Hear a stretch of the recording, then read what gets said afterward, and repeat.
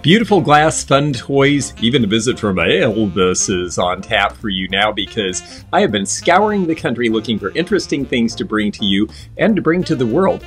This is our listing video for 20 items that are going on eBay right now. We're going to do a little deeper dive in each. Come along and let's have fun. The first one we're going to show you is this. This is a miniature felt pennant, and if you notice, it doesn't say Cincinnati Reds, it says Cincinnati Red Legs. Well, they did start out as the Red Stockings way back when in 1881, and then they quickly dropped that because it was clumsy and they just became the Reds. And then right at the beginning of the baseball season in 1953, they let it be known that it would be preferable if you would please call us the Red Legs. Why was that? Well, that had a lot to do with what was going on in society at the time.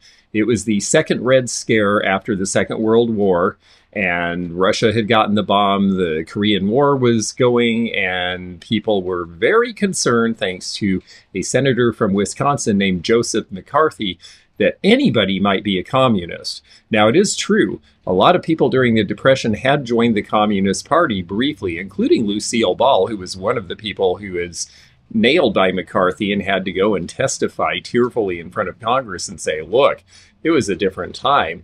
I was never a serious communist wanting to bring communism into the homes of Americans. I mean, can you imagine Lucille Ball, a commie?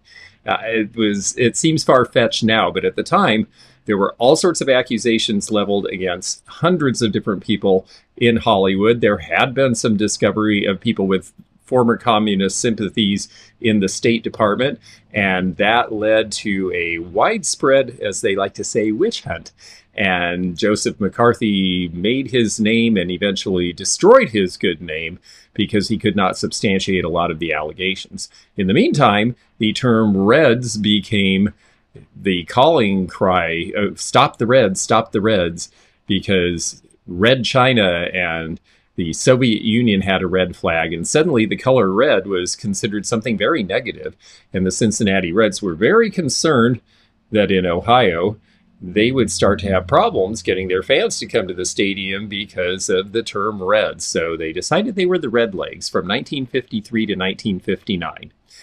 By the end of 1959, well, people had gotten a little cooler head about things, realized that the world was probably going to continue, and that just calling someone on a baseball team the Reds was not tantamount to a communist plot. And so the Cincinnati Reds went back to being the Reds and have been ever since. But that puts this in a very narrow period of time, a 6-year period of time. We don't see a lot of the miniature pennants. We generally see larger ones. This one's in good shape overall. It's got one little moth hole in it by the R there, a little bit of staining, a little bit of roughness on the tip, but I decided to not trim it or do anything to it, just leave it in the condition it's in, because it is a true relic from 70 years ago. And I think somebody who's a baseball fan or is a Cincinnati dweller will probably really enjoy this. So we're going to start this off at just $9.99. We do have a buy it now on several of these pieces, and you can click the links in the description below to go to any of these items and see what the current bid status is, or if the item is sold.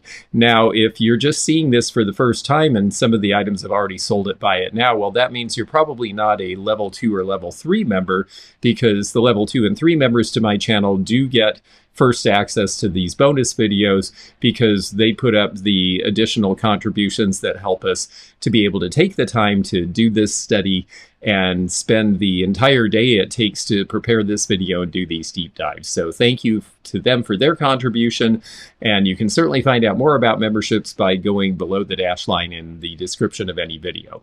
Our next piece also has a connection to Cincinnati in that it came from the estate of a family who at one time had a lot of money and lived in northern Kentucky and did business in Cincinnati. And that is this trumpet vase. This is cut lead crystal, and this is right at the end of the American Brilliant period. This is by a company called Clark's, and it will be difficult for you to see the mark, but I'm going to try to show you because a lot of companies made this glass and a lot of them signed their work. Libby was a big company, Hawks was a big company. Right there you can see the acid etch for Clark. T.E. Clark started his company in the 1880s, and it was a big success, and you'll see a lot of pieces that are signed Clark as well. They went out of business in the 1920s because by the 1920s, this had fallen from favor because it was rather expensive and difficult to make. Early pieces in the brilliant cut period started to become really popular because there was an entire hall showing American brilliant cut glass at the 1876 Philadelphia Centennial Exposition, which was the first World's Fair held in America. And you would see elaborate patterns because it was really just anything the mind could imagine. They put lead in this glass because it was a clarifying agent and because it made it stronger, and it meant that the diamond cutters and the things they were doing to cut a lot of these pieces by hand were actually able to do it without damaging the glass. And so you'll feel a certain sharpness to an older piece that you don't get in the later pieces. I believe this one is right near the end of the period, probably around 1910 to 1915. And it is just really pretty. This is a relatively straightforward pattern. Some of them can be quite intricate. This is pinwheel, this design here, and herringbone. You have a fan cut here, and then you have these nice bullseyes that give you a little bit of clarity, and then reading down the base, and then the star pattern on the bottom of the vase. Cut crystal, when I first started in the business, was going out of style with collectors, not because it wasn't pretty, but because so many people had collected it that you couldn't find good pieces at reasonable prices anymore. Well, what's happened over the ensuing years is that all the old dealers I know talk about how you just can't sell crystal anymore. You can't sell cut crystal. Whenever I hear somebody say you can't sell it, I go to eBay and I look, and you know what? These are selling all the time, every day. It's just that nowadays they're selling for $65, $75, $85 instead of $200 and $250 like they did a long time ago. These are coming back into style, and there is a reason for it. There is an older generation who likes them, but there is a young generation who are not afraid of the lead in lead crystal, especially when you're just putting flowers in it. Or if you're using it briefly and then pouring the contents out. They're not leaving liquor in decanters with lead for long periods of time, which is good because then that can leach into your booze, and lead is not really something you want to ingest. As a glass vase, it's a pretty inert product, and so people have started to figure that out. The other reason that this got hard to sell is because it was hard to find in good condition. All the saw teeth on this are perfect. There's no chips at all, and you have to look these over really well because the intricacy of the patterns means that it's easy for a chip anywhere to be hidden if you're not really paying close attention. So I've checked this one out really well. I took on a large collection of crystal from this family because I really believe that there's something crystal does that colored glass can't do, and that is to refract light and create a rainbow prismatic effect, and also because it breaks up the eye. And I'm starting to see people who have a lot of colored glass in a collection spicing in a couple of pieces of clear to break the eye, and because it will take on the colors of the glass around it. So for all those reasons, I think crystal is coming back, and we're going to test that theory right now. We're going to put this on eBay. I believe that this is going to start at just $9.99, but I suspect that the selling price again is in the $60 to $80 range. I speak of world fairs a lot because they're very interesting to me, but also because of things like we just talked about, that there was an entire pavilion of cut crystal at the 1876 World's Fair. And that's why I like selling things that show what happened at the World's Fair.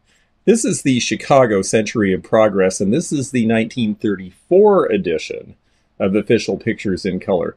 This costs 50 cents. It cost 50 cents to get into the fair, so 50 cents was actually some money in the Depression era. And when you open it up, it beguiles you with that front cover, and then you see this large picture of the fountain. And what's nice about this, the Chicago World's Fair was so popular with over 50 million attendees, which is just huge, even by modern standards, that it held over for a second season, and 1934 was the second season, which meant they had pictures of all the cool stuff that had already been there for the past year. The Avenue of Flags, that must have been very grand to walk through. This one shows the Hall of Science. There are still several buildings from the World's Fair in use in the lakefront parks in Chicago. This shows the Firestone Building, one of the industrial exhibitions of the fair. And these are all really interesting designs and renderings. Here is the Maya Temple. That was something that looked very different to people in 1934. Here's the electrical building. Now remember, not everybody had electricity at this point, so there were a lot of people to whom electricity and the wonders of it and the appliances that you could have that were labor-saving devices were a brand new concept. So this is a really fun read for somebody who's a World Fair collector or somebody who just really likes Art Deco design and the artistry of it. I think this will be a fun thing to have. Now, because the fair was very popular, these are not exactly considered rare. We're going to start this off at $9.99. I suspect it will sell somewhere around $25. We have some fun advertising this time, and this one just really made me smile because this is for the Northern Pacific Railroad. This is a letter opener, and it says it is the route of the Great Big Baked Potato. And that seems like a funny thing to be your promotion, but the Northern Pacific Railway actually gets credit for the fact that big baked potatoes became a staple on American tables, because when the superintendent of dining came to the Seattle preparation kitchens for the Northern Pacific, at that time, everybody wanted little potatoes, but he was riding the train and he overheard two farmers in Washington complaining about how they didn't know how they were going to sell their great big potatoes because everybody wanted little potatoes. And here they were growing these 5-pound potatoes and that they were selling them for less than small potatoes. Hayes and Titus said, hey, there is an opportunity. So he invented a way to cook these on a skewer like a kebab.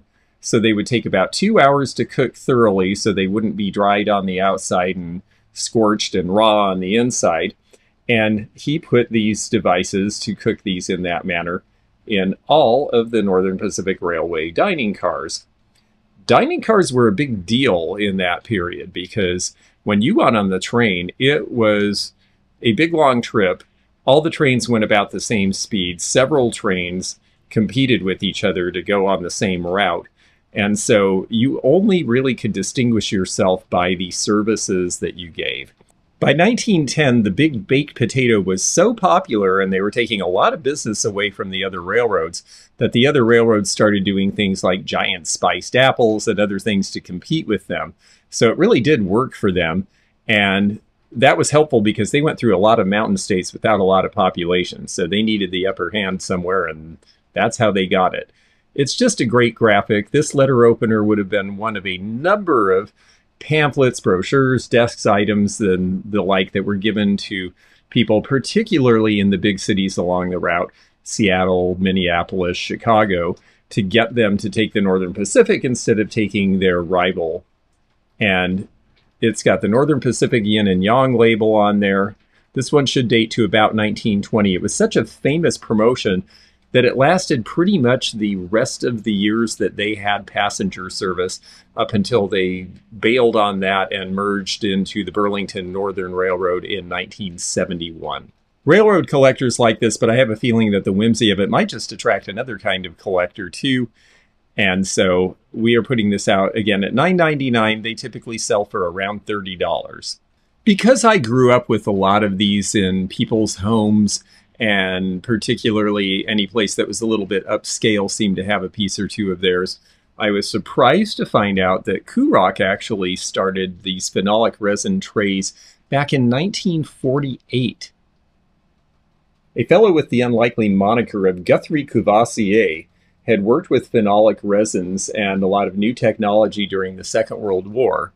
And he and his wife, Moira, who was an artist and designer and involved with an artist commune in the Monterey, California area, decided that it was time to make these because they realized a couple of really important properties about this particular plastic. It was alcohol proof. It was burn resistant. And there is your Monterey, California mark on the back. Oftentimes these have a big foil label telling you how to take care of them and how to wipe them down, and the fact that they have those wonderful properties. One of the most successful designs, in my opinion, are these Western ones. They have a Hopi dancer. This one has the Navajo-style bowl with the wheatgrass. They would use any number of different materials. So sometimes they have wooden inlays. I just sold one with the big whale. The wheat here is metal, and the basket is made of other materials. And it's just a really cool way of getting a 3D design. And it always is on this very dark background, so you have this high contrast. And I just think Kurok stuff is neat, and so do a lot of mid-century modern decorators. As they said back in the day, any tray can serve a drink, but only Kurok can start a conversation. That was their motto. And I guess that's true, because there were all sorts of different inlays. Some were whimsical, some were stylish, and they did, I'm sure, a few hundred different designs that I've seen over the years. And they were in various sizes, bowls as well as flat pieces. Just a neat story and a good product. These were sold in better department stores in their time. We're going to start this one at $9.99. Typically, these sell for somewhere in the $20 to $30 range. So not everything that we sell on this is expensive. It's more about being fun, about being interesting. We do have a couple of spendy things that are really beautiful that we're going to get to, but I like to bring a whole wide variety so that every month people can see and learn a little bit about a whole lot of different things that maybe they'd never considered or seen before. Now, next up is something that was free when it was new, if you were the right kind of person. And now I suspect could be rather valuable, and we'll have to find out together, because I have no record of any of these having sold in any recent time. They are scarce, because this is a press badge for the 1957 presidential inaugural, and this would have gotten the bearer to be able to take pictures and jump as far as 3 feet into the parade route in order to be close enough to the presidential party when they went by. This is when Eisenhower and Nixon won their second term as president and vice president. And this one, as you see, to be official, has the chief of police signature from Washington, D.C., and the number 602.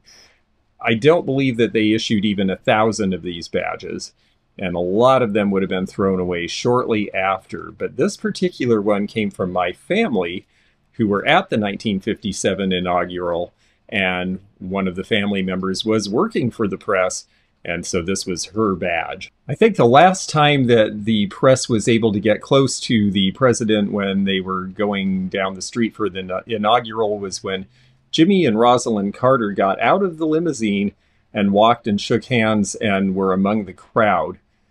After that, we had the Reagan presidency, and after the attempt on his life shortly into his presidency, it was decided that maybe the president needed to be kept back from the general public a little bit more. So we haven't seen that since. It's got the original clip as well as the original pin. There's a little bit of surface rust.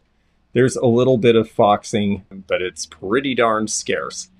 So we're going to start this again at a very low price, because we really don't know what the value of this should be. I'm going to start it at just $9.99. And why am I taking a chance like that? Well, because we're going to try to create a stir. We just need a few people who find presidential lore interesting. It is an election year, so there are people who are actively seeking presidential memorabilia. And because of that, I think our timing is very good, and we shall see what it sells for. I honestly have no idea what it should sell for, because there haven't been any other things like this for sale. Unless you think I have no sentimentality, we have a few other collectible things of that ilk that are definitely staying with the family. This next item is a real beauty, and I am so glad to be able to show this, because they don't come up very often, and they don't look like what they are, or at least you might be surprised who the maker is on this piece. It is a Favrine piece using silver nitrate to get these wonderful colors. And when you turn it around, I'll be darned if that isn't a Fenton sticker. We haven't talked about Fenton much the last few months. I know we talk about Fenton a lot because we keep coming into really interesting pieces, and this is definitely one of them. So I thought it was worth talking about again, because in addition to being by Fenton, it is the design of a particular designer who recently retired from glassblowing at the age of 85, and that is shown right there, Dave Fetty. Designed by Dave Fetty is marked on the bottom. This is number 128 of a series of 1,250, and you can see this costs $300 new. Dave Fetty is a pretty remarkable guy. If you haven't seen my video showing him glassblowing or my video interviewing him, please look under the playlists, and if you look under Ohio, you will find those in my playlist. He was a real character, very interesting story. He started basically in the packing room, more or less, at Fenton, and worked his way up to be not just a glass blower, but ultimately a glass designer. And this feather pull was really different than what Fenton had done before. Dave Fetty also was involved with the Hanging Hearts lines and some other pieces that are considered very good now. And he just now has retired from glassblowing just this year. I just really enjoy this piece. It's so pretty. It's so different. It's much more an Art Nouveau style. A lot of people who see this, oh yeah, that's Orient and Flume, or that's Lundberg Studios, and they assume that it's one of those Storini glass, one of the designer studio glass makers. But this actually came out of Fenton when they were starting to really let a lot of designers loose to do different things than they had ever done before. I think it's at least worth the tag price that it was sold at originally.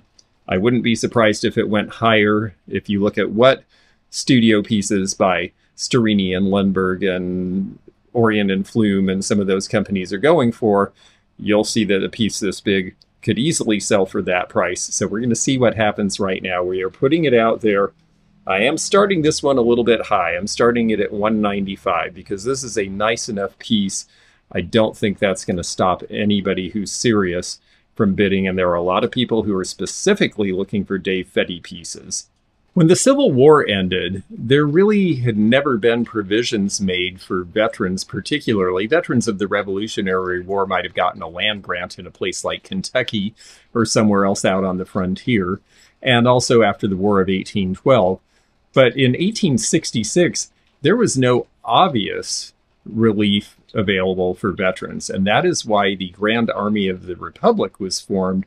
The GAR became the fraternal organization that made it possible to get help if you were a veteran. In 1883, they opened a women's auxiliary. Now, that does not mean women were not part of the GAR before.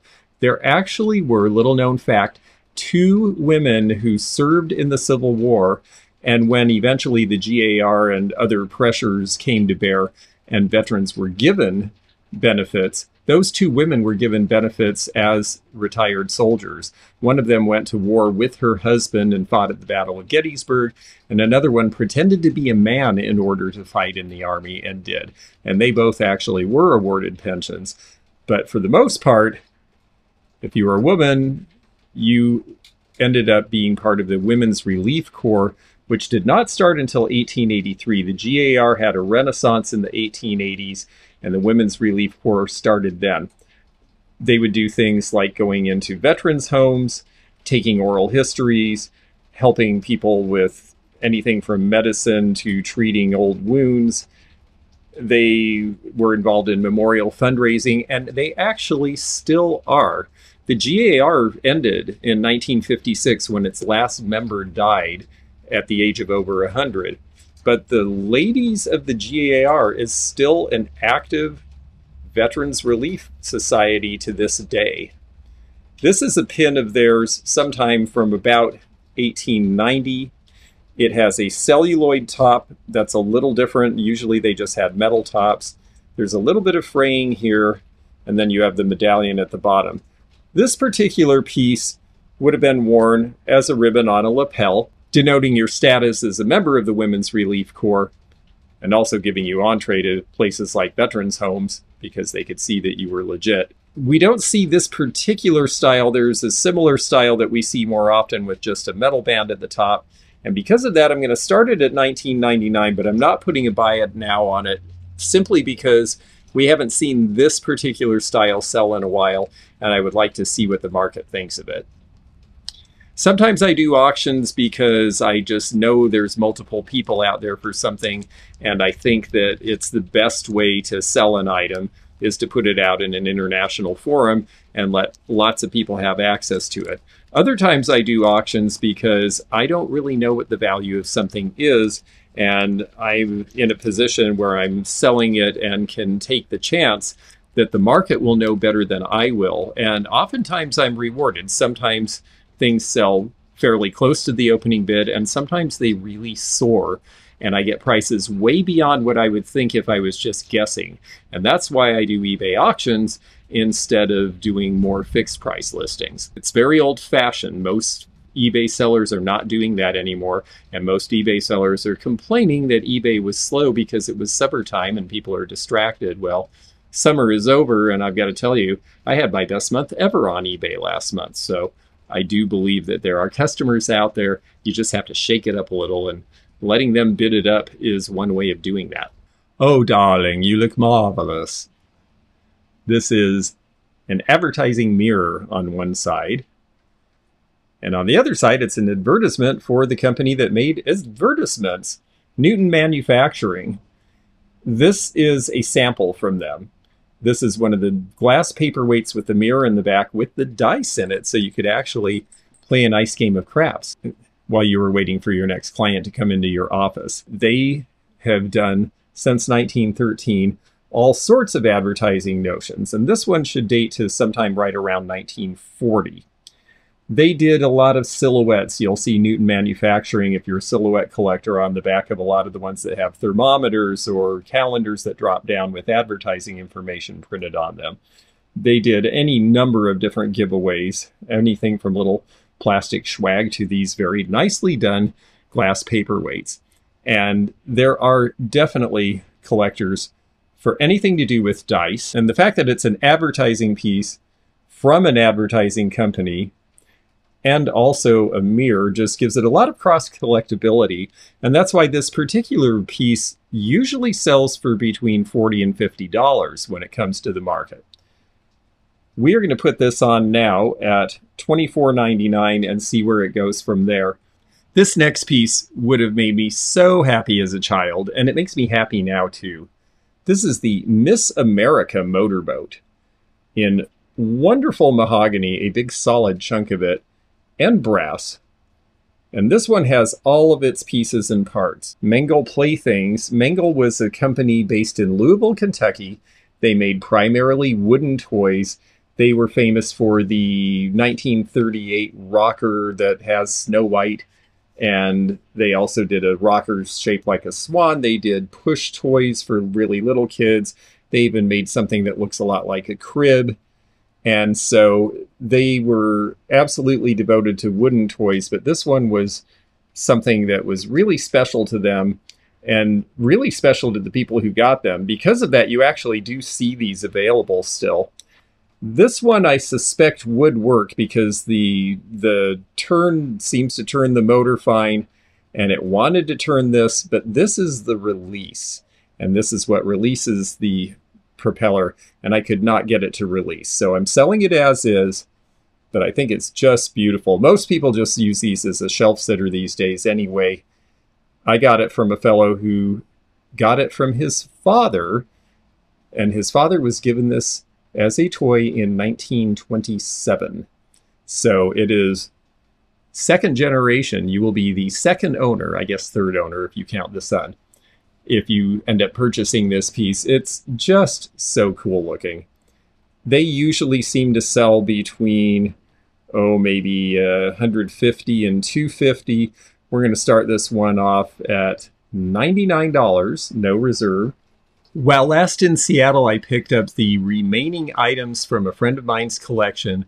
He has kept his very favorite pieces. He went to the estate sale for this fellow. This is another piece of Sasha Brostov, but this is a little different than what I've shown you before because this one is totemic. And not totemic in the way of the Alaska line that was designed by Matthew Adams, but this is early. This is from the first factory, and I'm going to show you how you know that. Sasha Brostov was financed by Winthrop Rockefeller. Winthrop Rockefeller was very connected to Hollywood, and said, if you start making these fun pottery creations, I guarantee you I can get Hollywood stars to pick up on it. And they did. Marilyn Monroe bought pieces, and so did a lot of other people. The first factory does not have the gold rooster mark on the bottom. The only marks you will see are Sasha B. Now, if it says Sasha Brastoff in full letters and does not have a mark on the bottom, that means he personally made the piece. If it says Sasha B, it came from the production line. So this was a production line piece, but not a very long production. And most people have not seen these. That's definitely something that will wake you up in the morning for your coffee, right? It's very, very tiki bar, and I'm finding that a lot of people besides me love stuff that looks like it came from an old tiki bar. And so I think this will be a real winner. This straight-sided mug with the very squarish handle was considered really avant-garde for the early 50s, at a time when mugs were generally a lot smaller than this, and coffee cups were round and they didn't hold all that much and they were easy to spill. Well, this was something different. This would have probably been intended to be for beer back in that day. Nowadays, we would use this for coffee. We're going to start this one off at $9.99, and we're not putting a buy it now on this. The last piece like this I sold went for $35 plus shipping. And I suspect that this one might go in a similar price range, but we're going to find out together right now. We really have a lot of fun childhood items this time, and our next offering is this pair sold together of Kewpies. And there are a couple things to know about these Kewpies in particular. We'll show you the archers first. Notice the signature in the lower corner there, Rosie O'Neill, with a copyright date in the 19-teens. Rosie O'Neill is the woman who came up with the Kewpies, and she was quite a remarkable person. Her family lived in rural Nebraska, but she had artistic talent, got some training, and wanted to go to New York and see if she could make it there. And make it there she did. In fact, in 1896, she became the first woman cartoonist to be published in American history. She was absolutely part of the New Woman philosophy of feminism around 1900. Feminism back then meant we just would like the chance to do what men are doing. Up until about that time, women were not taken seriously as artists. They were considered to be inferior at everything, including art. And that even applied to very famous artists of the time. It was rather insulting, actually. And she thought so too. So she set out to show them otherwise. And it worked. In 1909, her Kewpie illustrations hit the pages of the Ladies' Home Journal. And boy, did it take off. Within 4 years, Kestner in Germany was making the famous Kewpie dolls. And Rose O'Neill went several times to Germany to supervise their production and make sure they were being done exactly right. Because Kewpies, of course, always have to have this top knot. And the dolls have little cherub wings. She said she thought about cherubs so much that she started to see them in her sleep. And when she would dream about them, they would be cavorting and playing around. So when she started illustrating them, she had them cavorting and playing around. She said the idea of them was to teach people to be both merry and kind. And so you see, they're not shooting at the birds, they're shooting at the target. And then this one is a patriotic design, because we're on the verge of the First World War by the time these come out. These are technically called cigar linens. And you'll see all sorts of cigar linens from this time. It's funny, I always assumed that cigar linens were called that because they were put in cigar boxes, but that is not necessarily the case. A lot of these were enclosed with pipe cleaners. And why was that? Well, because the woman of the house got to clean her husband's pipe as part of her wifely duties. And so they figured that these would actually give them something cute, and if they didn't want to wipe the pipe with it, they could save them and knit them into little baby quilts or fun little panels for their children. And that is the reason that Kewpies became synonymous with cigar linens for a little period of time. I believe there were a dozen of the different designs in these. We are selling these two together as one item for one price, starting at $9.99. I believe that the two together probably will sell in the $25 to $30 range because they're just so darn cute. Another toy, I guess you could call it a toy. It was certainly something I wanted as a kid and never ran into one then, but I certainly bought and sold a few as an adult dealer. And this one is one of the cleanest I've ever seen. This is a 1950s mechanical bank. The difference between a mechanical bank and a still bank is that a mechanical bank has a piece like this little airplane. You pull back, you put your coin here, and when you press on this button, it flies forward and shoots it into the gap in the moon. And I love this design because this is the earlier one from the 50s. This is back when we all were convinced that the Buck Rogers style of rocket ship was what was going to be flying through the sky. And why did we have that opinion? Well, because Buck Rogers was the first space cartoon. He was the first space hero. He came out in 1929, and he was supposed to have fallen into a mine shaft and gone through time portals and ended up 500 years in the future in a war zone. This one is great also because it's got the Lincoln National Bank and Trust Company on both sides. They did these for banks all over the country, and you just had a decal put on with your company name. Usually they're missing or worn off, and this one has both of it. It still has the gold paint. It's really in amazing shape, and the best part is it has the key. The deal with most dime banks and the banks given out by banking institutions was that they did not give you the key. You had to come to the bank because they didn't want you to be able to get your own money out of your bank. They wanted you to bring it to them so that you would put it in their bank so that they could make money on it and give you a little interest and then loan it to other people, because that's how banks work. Well, this one somehow got out with its original key. So it is the most complete. It does have the trap. Everything about it is there. It's just probably the best example of one of these that I have ever seen. Putting this out at a starting bid of $49, they typically sell for twice that or more. I've seen some sell for over $100, and we're going to see where this one flies. Now, this is another advertising piece, but this one has a ferry boat on it. This one says City of Benton Harbor, St. Joseph, Michigan. And when you turn it around, hey, it's another pocket mirror. And what's great about this is that it's got just a little color tinting. It's done on celluloid, and it is a very neat old vessel from about 1910. St. Joseph was directly across from Benton Harbor, Michigan, and it became not just an important port town. Benton Harbor and St. Joseph had a lot of trade directly with Chicago before roads and rail took over, but also St. Joseph has a wonderful place called Silver Beach. Silver Beach actually was the first place that somebody flew a glider with a motor. So flight actually started in St. Joseph, Michigan, but it was not a controlled flight. The plane was aloft for 7 seconds, and it just flew in a straight line and then landed back on the beach. They built an amusement park there in 1891 that lasted until the 1960s or 70s. And this little boat took people across the harbor to St. Joseph and the tourist attractions. So it's a fun piece. It's something that I imagine would sell to somebody who is a collector of ship memorabilia or someone who is from that area and interested in the history of that area. And when you have ephemera from a particular place, a lot of times it is the most valuable and most collectible where it came from. And eBay is a great way, because it hits this international market, to get these pieces back to where they came from. And so that's the reason I'm putting it online. We're going to start this at $19.99. Pocket mirrors with ships on them can go for as high as $50 to $75, and even more if it's a particularly famous ship. So I'm curious to see where this will go and how much it will go for, and we're going to discover that as we drop it on eBay now.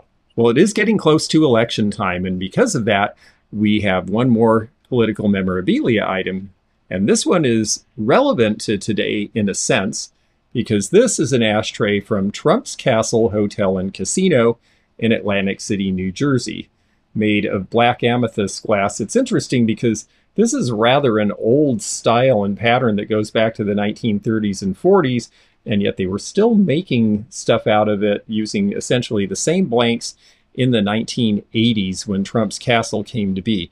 Trump's Castle was not Trump's Castle originally. Atlantic City legalized gambling as a way to revitalize the old resort town, and companies came right in to build, and one of them was Hilton. And Hilton spent $250 million developing the first hotel connected to a casino in Atlantic City. And then they applied for the license, and because somebody involved with Hilton at that time had been convicted of some sort of dealings with the mob, they were not allowed to open the casino, and they had to sell it before it ever opened. And Donald Trump ended up being the high bidder, and he opened it up. He wanted to call it Trump's Palace. And so he just went right ahead and did that, put up temporary signs. He had asked Caesar's Palace for permission. They had declined, and he figured, well, it's okay because palace is a generic term. Well, the courts disagreed with him, and so he had to rename it Trump's Castle. And that was the beginning of a sort of checkered experience for this. He was also building the Taj Mahal, and the Taj Mahal did way better than Trump's Castle, and essentially took business from his own business as well as other casinos. The idea was that Atlantic City could be made into a huge place like Vegas, and it turned out that the demand was more limited and that they could only support so many casinos there. That was unexpected. And so between the opening of the Taj Mahal and the various economic problems associated with the time of the first Gulf War, Trump's Castle actually went bankrupt. At first, Fred Trump bought a bunch of casino chips in order to keep it afloat so that they could meet their bond requirements. That turned out to not be legal because it was considered actually a loan that was being hidden, and so they had to refinance it. It went through a premeditated bankruptcy in 1992, then ended up being part of Trump Entertainment, kind of shifted around, and then was called Trump Marina. So the castle name really didn't last all that long. After paying $275 million, the place had to be sold. It went bankrupt again and ultimately was sold for $38 million and is now the Golden Nugget Casino in Atlantic City. So this represents a certain amount of both aspiration and turmoil, and is an interesting thing for both collectors of casino ashtrays and for political memorabilia collectors. We're starting this at $9.99. The actual retail value is probably about double that, and I figure that this will go to somebody who has one of those collecting interests. Connie Francis actually recorded Connie Francis at Trump's Castle. This fellow, on the other hand, never appeared at Trump's Castle, but he sure appeared in Vegas a lot, because this is Elvis. And this is Elvis's Records and Tapes complete catalog from RCA in 1972. At least it's complete with all the RCA records that he did. And it's really a fun and interesting read, because right away, here is this great catalog, a tribute to Elvis fans with a big arrow pointing you to Elvis Now, Elvis Country, Elvis Christmas, all sorts of different albums that they were putting out. They were really working Elvis very hard. I think that some of the difficulties he had in life probably were due to overwork. Specially priced gift box set. There were all sorts of things you could buy. And then they show all of his million sellers. And then they show all of his 500,000 sellers. And they have pictures of almost every album that he ever made, because you could still get a lot of them. Girl Happy, Paradise Hawaiian Style, GI Blues, 50 million Elvis fans can't be wrong. I did not see in here the It Happened at the World's Fair, where he did the filming at the Seattle World's Fair. But this just has all sorts of stuff. It has a whole listing of all of his gospel albums. It just goes on and on. It's really fun. It shows Elvis in various stages of his life. And for anyone who's a serious Elvis collector, it is definitely a must. Not just his 8-track tapes, because it's 1972, and that's a pretty new idea, but also where he's been touring over the past few years, and an invitation to see him at the Las Vegas Hilton. There's the Hilton again. Funny how themes come up in these copyright 1972 RCA records. I just think these are really fun. They usually sell for about $20. We're going to start it at less than half that. and let some Elvis fan somewhere be the new recipient. I'm getting ready to drive halfway cross country to the Spokane and Portland antique shows the first and second weekends of October respectively, and I'm going to be driving in Leroy, the mighty Dodge. Yes, my van has a name. This is a pin from long before Leroy came to be, advertising the Dodge Silver Anniversary, 1914 to 1939. The Dodge brothers were part suppliers to Ford for a long time, and then they went out on their own, started making their own cars in 1914, did very well. They were very reliable and well made. And in 1928, just before the start of the Great Depression, Walter Chrysler, who had started the Chrysler as a luxury model, realized that he needed a family car. And he also wanted trucks to sell, and Dodge had both of those, and he went and purchased Dodge, which was very fortunate for both companies. It's probably the reason they made it through the Depression and were able to be there for their silver anniversary in 1939. These would have been given to salespeople to wear. A very simple pin, safety pin, through a very simple sewn ribbon. And the idea, of course, was that you wore this for the year and you sold a bunch of 1939 Dodges, and then it's 1940 and you put it away and never look at it again. Most of these were thrown out decades ago. So there's really, again, not a lot to compare with. I haven't been able to find this piece for sale recently on the open market.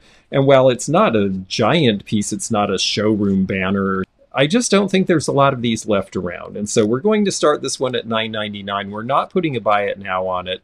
I'm going to let the car buffs tell me what they think it's worth. And if they don't buy it, well then, we'll just put it on Leroy. So we have all this fun stuff, and we have all this kid stuff, and we have interesting little advertising pieces, but we all know that a lot of my love is for very pretty, stylish, and interesting home decor items. And a lot of collectors feel the same way because you get to enjoy this stuff when you're at home, and that's why we're putting this out. This is Potosi. Things I can show you about this that will help you identify these if you find one without a tag. This one does not have a tag you can read. At one time, where this I was, that was the tag with the serial number, and it would have said imported by Rosenthal Netter, which was a European exporter of these wares that sent them to the United States. But notice how the bottom is dished a little bit. Potosi pieces do not ever have a flat bottom. They're always dished in like this. So if you see a piece and you're not sure and it's got a flat bottom, it's not Potosi. That's not how they made them. And we know that because Aldo Landi was their designer and the head of their designers for 50 years. He started out at age 11 working in a ceramics factory in Italy back in 1922. He was drafted into the war. He became a prisoner of war in South Africa, and when he was free to go back, he went to work for Potosi and was named their in-house designer. And for a long time, he did all of their designs, over 1,000 designs. Best known for these bright blue glazes, even though he did lots of other fun colors as well. Starting in 1958, he began to manage other designers too.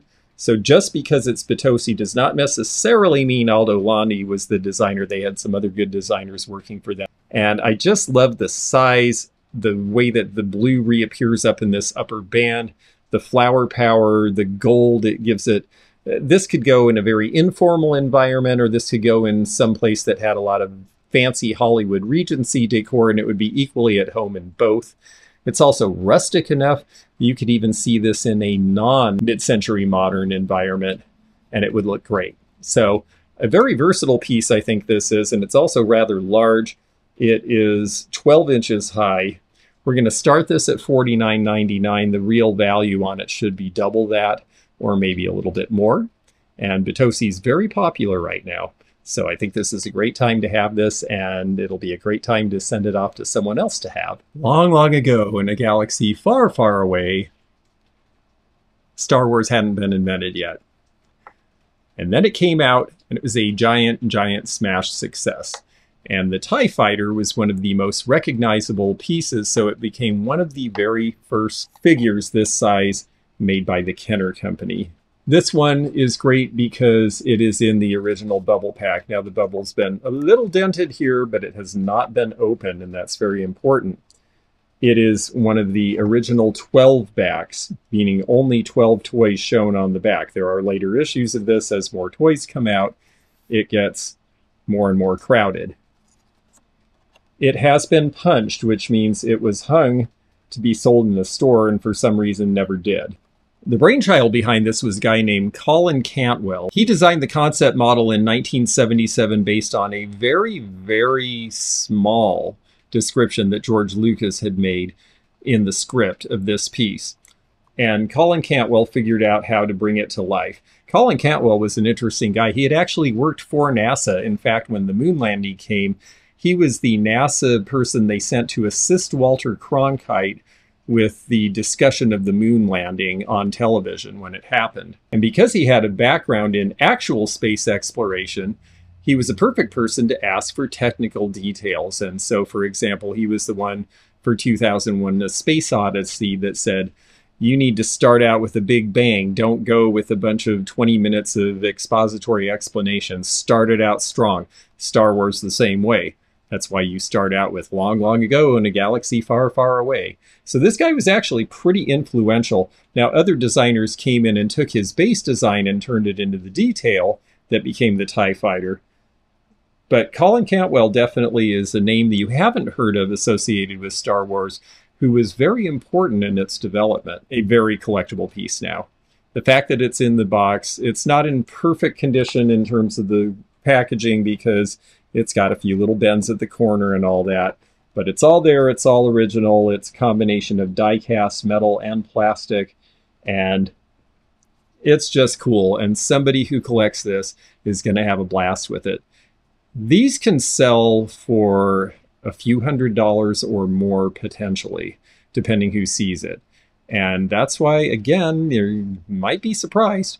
I'm starting it at just $9.99, and I am not putting a reserve on it. It will sell, and it will sell to whoever bids high enough for it. And I'm doing that because I feel like the market is so active for these. People in the marketplace know more about this than I do, and I'm going to let them use their expertise to figure out how to value this. And that brings us to our last item. We haven't done a lot of Fenton the last few months, but this is such a stunner that this had to be our wrap-up. This came from the home of someone who had a gift store and was ordering Fenton when it was new and liked this one so much that she kept it. And you can see why. This is Burmese glass. This will glow like crazy under a black light. Love the painting on this. The brass is all in wonderful shape. I don't think it was used very much, actually. And these came out at a point where they were doing a lot of limited edition artware. And there's your signature. C. Mackey is the painter. There's the edition number. This one is number 503 of an edition of 700. So not many of these were made. This is one of the Spindler designs in later Fenton artware.